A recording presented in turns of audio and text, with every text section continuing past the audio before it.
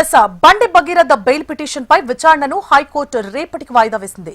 బాధితురాలు పుట్టినరోజుకి సంబంధించి డేట్స్ పై పోలీసులు విచారణ జరపాలని ఆదేశించింది. ముందస్తు బెయిల్ వచ్చే వరకు అరెస్టు చేయకుండా ఆదేశాలు కూడా జారీ చేసింది. గతంలో ర్యాష్ డ్రైవింగ్ కేసులో అమ్మాయి మేజర్ అని పోలీసులు ఫైల్ చేసిన ఛార్జ్షీట్ పట్ల పోలీసులు మరోసారి విచారణ జరపాలని హైకోర్టు ఆదేశించింది.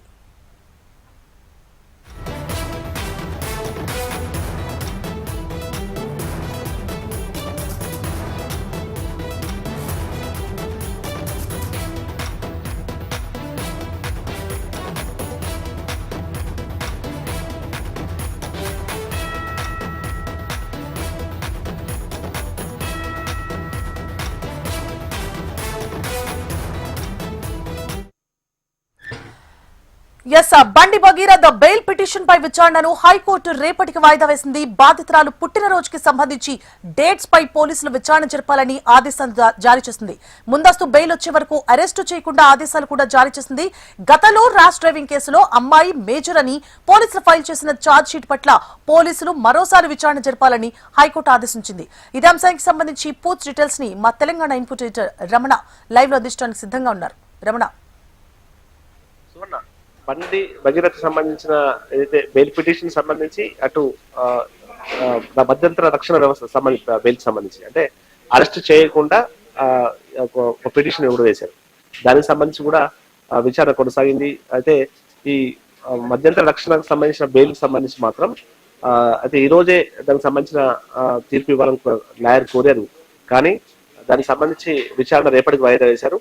ఇక ముందస్తు బెయిల్ మాత్రం దానికి సంబంధించి వారం రోజులకు ఆ విచారణను వాయిదా వేశారు. అంటే వారం రోజుల తర్వాత దానిపై నిర్ణయం తీసుకుంటామని కోర్టు తెలిపింది. ప్రస్తుతం అయితే ఈ రోజైతే ఆ విచారణ సందర్భంగా అంటే పిటిషన్ తరపు న్యాయవాది నిరంజన్ రెడ్డి తన వాదనలు వినిపించారు. తన పిటిషన్ సంబంధించి ఆయన ఫాదర్ ఒక ప్రముఖ రాజకీయ నాయకులుగా ఉన్నారు, మంత్రిగా పనిచేస్తున్నారు.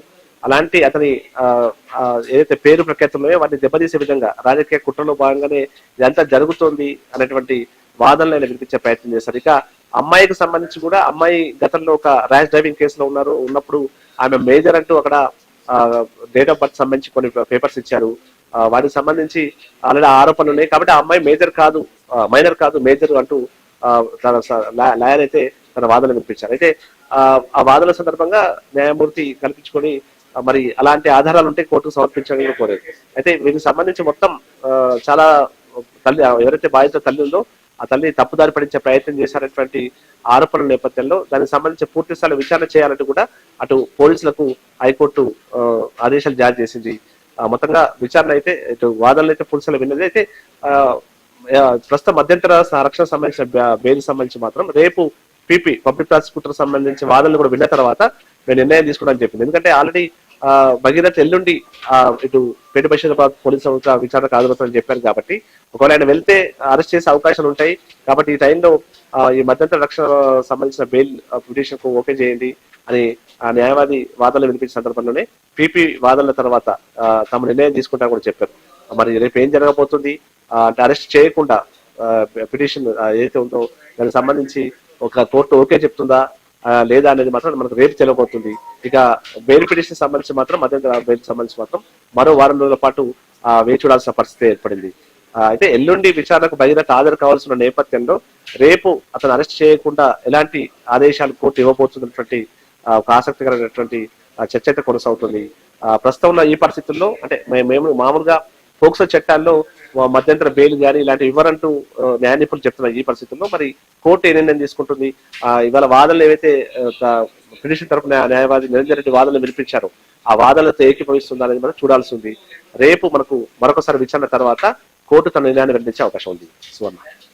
సో రమణ, ఇప్పుడు ఒకవేళ విచారణలో అమ్మాయి మేజర్ అని తెలిస్తే కేసు మరో మలుపు తీసుకునే అవకాశాలు కనిపిస్తున్నాయి. మరి అంటే ఇప్పుడు హనీ ట్రాప్ కేసు నమోదు చేశారు బండి భగీరథ్. మరి ఇప్పుడు ఒకవేళ ఆమె మేజర్ అని తెలిస్తే కేసు ఎలాంటి మలుపులు తీసుకునే అవకాశాలు ఉన్నాయి? అంటే ఆయనకి పోక్సో కింద రాదు కదా అప్పుడు కేసు. అప్పుడు సో ఆయనది పోక్సో చట్టం కింద అరెస్ట్ చేసేది ఆపే అవకాశాలు ఉంటాయా? బెయిల్ తెచ్చుకునే అవసరం కూడా అప్పుడు కనిపించదు. మరి ఎలా జరగబోతోంది? ఆల్రెడీ కోర్టు అయితే పోలీసులకు స్పష్టమైన ఆదేశాలు ఇచ్చింది. ఏవైతే ఆమె డేట్ ఆఫ్ బర్త్ కు సంబంధించి ఆరోపణలు వినిపిస్తున్నాయి. ఎందుకంటే గతంలో ఒకసారి ర్యాష్ డ్రైవింగ్ కేసు సంబంధించి కేసు నమోదైనప్పుడు ఆమె మైనర్ కాదు మేజర్, ఆమెకు కార్ డ్రైవింగ్ సంబంధించి లైసెన్స్ ఉండే అర్హత ఉంది కాబట్టి దాన్ని మేజర్ గా ఆవిడ పరిగణించాలంటూ కూడా అప్పుడు పోలీస్ స్టేషన్ లో ఒక ఫిర్యాదును బాధితురాలు తల్లి ఇచ్చిందంటూ కూడా అప్పటి డేట్ ఆఫ్ బర్త్ సంబంధించిన సర్టిఫికేట్ కూడా కొన్ని పొందుపరిచిందంటూ కూడా కోర్టు దృష్టికి నిరంజన్ రెడ్డి తీసుకెళ్లారు. ఈ క్రమంలో వాటికి సంబంధించి మీరు ఆధారాలు అన్నప్పుడు మాత్రం ఆయన వాటికి సంబంధించి తెలుసుకునే ప్రయత్నం చేస్తారని చెప్పారు. కానీ పోలీసులకు ఈ సమయంలో కోర్టు ఆదేశాలు జారీ చేసింది. మొత్తం అసలు డేట్ ఆఫ్ బర్త్ కి సంబంధించి క్లారిటీ తీసుకోవడం చెప్పారు. కానీ ఈ మధ్య కాలంలో మనం విచారణ అధికారి ఋతురాజు మాట్లాడినప్పుడు కావచ్చు, లేదంటే మిగతా సందర్భంలో పోలీసులు చెప్పిన దాన్ని బట్టి చూస్తే మాత్రం ఆమె ప్రస్తుతం అయితే మైనర్ గానే వారి దగ్గర ఉన్న ఆధారాలను బట్టి మైనర్ గానే తేలింది. సో మరి ఒకవేళ తను మేజర్ అని తేలితే మాత్రం చాలా యాక్ట్స్ మారిపోయింది. పోక్సో చట్టం నుంచి అప్పుడు ఆ సెక్షన్లు మార్చే అవకాశం ఉంటుంది. అది కేసు పోక్సో కిందకి రాదు. సో అప్పుడు కేసు ఖచ్చితంగా కర్మ తిరిగే అవకాశం ఉంటుంది. అప్పుడు ఇక మిగతా అంశాలు ఇప్పుడు ఆని ట్రాపింగ్ సంబంధించి కానీ మిగతా అంశాలన్నీ కూడా పరిగణలు తీసుకునే అవకాశం అయితే ఆల్రెడీ ఆని ట్రాపింగ్ సంబంధించి కూడా అక్కడ ప్రస్తుతం కరీంనగర్ 2వ టౌన్ పోలీసులు విచారణ చేస్తూ ఉన్నారు.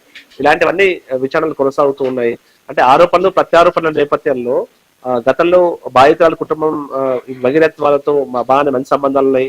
ఇద్దరు కూడా మ్యూచువల్ గా ఫ్రెండ్స్ గానే ఉన్నారు. ఎక్కడ ఇలాంటి లేవు అని చెప్పి వారు చెప్తున్నారు. Suvarna. Right, thank you for the update sir Ramana.